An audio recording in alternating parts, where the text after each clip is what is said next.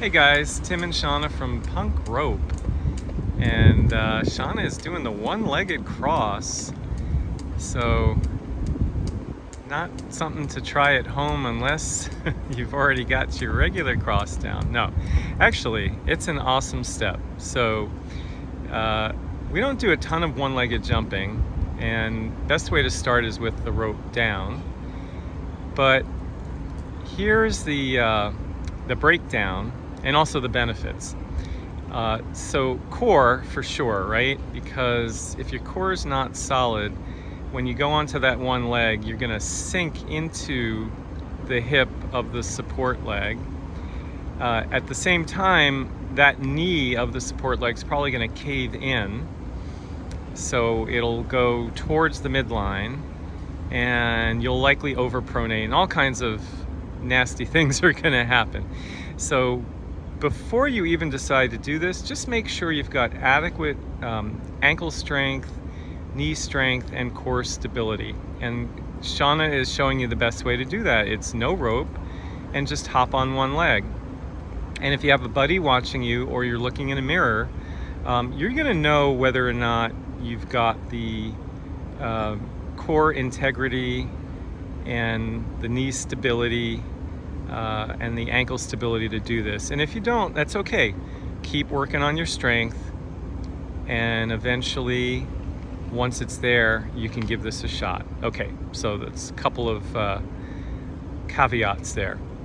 Next, you can pick up your rope, and Shauna's just doing a simple crossover swing, which is great for the regular cross. And she's doing her very gentle bounce, and now she's going onto one leg, and it's her dominant leg, her right leg. And if she feels good there, she's going to switch hands and do the crossover swing on her non-dominant leg, which is her left. Okay, and it's kind of like conductor size, right? Because you're crossing over and back. Okay. Now we're on pavement here. Actually, this is even concrete, not asphalt. So this is not optimal, but you also wouldn't want to be on a super soft surface. That's going to be very challenging and probably injurious. So don't do that either. Okay, now you've got your full rope, one handle in each hand. You might want to do a few regular crosses just to kick it off.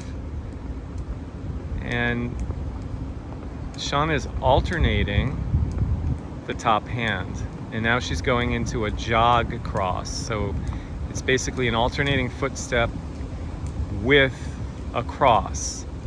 And that's important to do because that really resembles the one-legged cross. The difference is that with the alternating footstep, you're changing the support leg, right? It's hard to go in slow motion.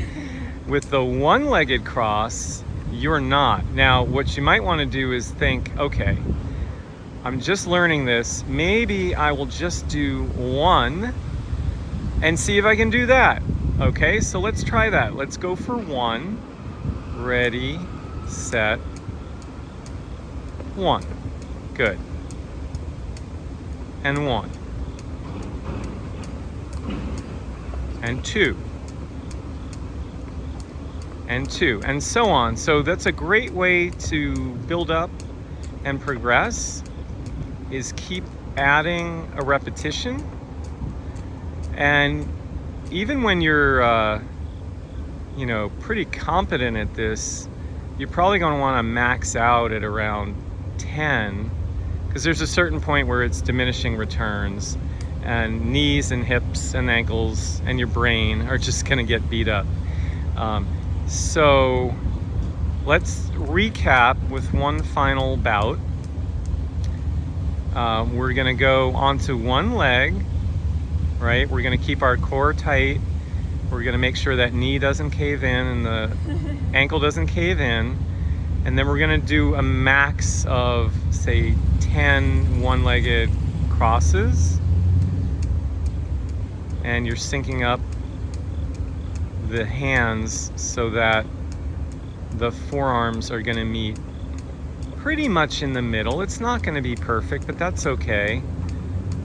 as long as one hand's not dominating. Got my ponytail. Yeah, hair will definitely get in the way. All right, guys, so that's the one-legged cross, and I think we'll do some other one-legged steps in future tutorials. If this was helpful, give us a thumbs up. Feel free to hit subscribe, and if you have questions, jot them down in the comments below, and we will get to them as soon as possible. Thanks for watching. We'll see you next time.